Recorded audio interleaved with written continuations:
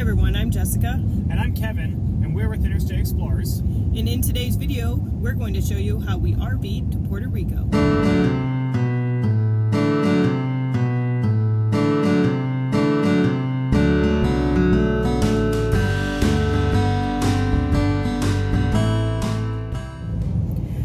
We're currently in the middle of a 6-week road trip across the country, towing our new Brinkley fifth wheel, the 3100, and we wanted to go to Puerto Rico in the middle of our trip, so we left our Brinkley at the KOA in Orlando and hopped on a plane and went to explore Puerto Rico for a couple days.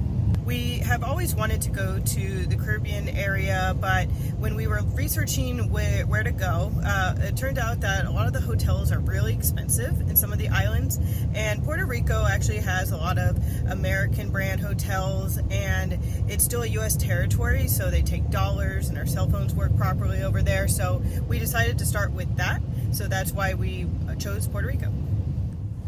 Now, as Jessica just said, Puerto Rico is a U.S. territory, and there are a lot of similarities between Puerto Rico versus the U.S., but there are definitely some differences. So one of the nice things that Jessica was saying, that they do take dollars when you're going to the airport. You don't have to go through customs or immigration or anything like that because it is a U.S. territory. They drive on the right side. They have a lot of U.S.-based chains, so you can go to Chili's, they have McDonald's, they have Walmart, they have Costco. They don't have Target. It was actually, I found it interesting. Target is a rental car company, and they use the exact same logo as the Target that we have here. So I thought that was kind of interesting that they did not have Target, because it's actually something different. Puerto Rico is a small island. It's got about 3 million people on it. San Juan, which is their biggest city and their capital city, and I think about San Juan Metro has about 2 million people or so. It's pretty crowded there, but at no time did I ever not feel safe. I definitely felt safe the whole time. The town, certain parts of it are kind of run down and abandoned, but like I said, I never felt like in danger at all, just kind of exploring that area. Now, some of the big differences I found, the biggest difference is probably with the driving there. So everything in Puerto Rico is on the metric system. It's in kilometers and meters, liters, and the gas is in liters. So you look at the super cheap gas, but it's in liters, not gallons. But all the speeds are in miles per hour, which I thought was interesting. When you type a location in on your GPS, like in Google Maps, sometimes the signs don't match the road name, so it'll say exit at this road name, but that road name is not marked on the sign, but you kind of have to exit anyway, so we definitely took a few wrong turns here and there. And some other things is that there's not a lot of traffic lights there, and even when there are traffic lights, sometimes people tend to run them a lot, or if there's like a four-way stop, it's not really a four-way stop, it's basically like one direction goes until another direction cuts the other direction off, and then they keep going. So it was just kind of interesting driving around in Puerto Rico. A lot of potholes on the ground, so you gotta kind of be careful with that. One big difference between Puerto Rico and the U.S. is the language. In Puerto Rico, they speak Spanish, and pretty much everybody there speaks Spanish. All of the roads are marked in Spanish, all of the stores are marked in Spanish, and it's really only in the touristy areas where they'll have signs that'll be in both English and in Spanish. When you talk to people, they will talk to you in Spanish before they will talk to you in English, and in fact, we encountered people that didn't even speak English, and then they were usually pretty good about finding somebody that would speak English, and then they'd find that person that would speak English, and then they would be able to talk to us. We were able to get by, though, even though I've got very limited Spanish. It wasn't too bad, and like I said, there's enough people that speak English there that we were able to make it happen. So even though it's U.S. territory, don't assume that they're all going to speak English, because that's definitely not the case in Puerto Rico. So for our first day in Puerto Rico, after we landed and picked up our rental car, we headed over and went to check out Ocean Labs Brewery. We're beer people, so we wanted to check out the beer scene in Puerto Rico, and this place was actually really cool. It was right on the beach, and there was this beach club pool that was part of the brewery where you could go in the pool, have a drink from the outdoor bar, and they had a stage area, so it was a really nice place to be. But the one downside is they charge for parking there, and we come to find out that they charge for parking everywhere in Puerto Rico. So it's not just like a downtown area. Anywhere you go, they will charge you for parking. So you have to be aware of that. And then later that night for dinner, we drove around after getting stuck in some traffic everywhere, which there is a lot of traffic in Puerto Rico. We ended up at a popular restaurant called Orozco's.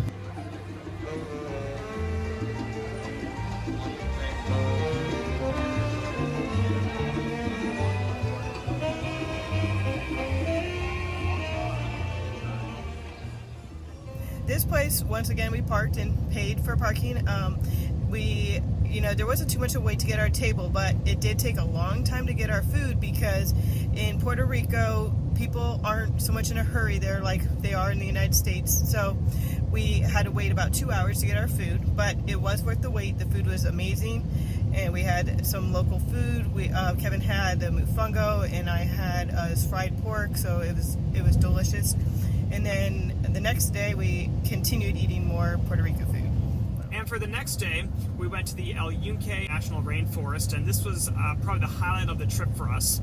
The El Yunque National Rainforest is actually the only tropical rainforest in the United States, and it's about a 45-minute drive or so from San Juan, and it's a pretty cool drive because you get to leave the city and you get to kind of go through the country and you get to see the landscape transform from coastal ocean to rainforest.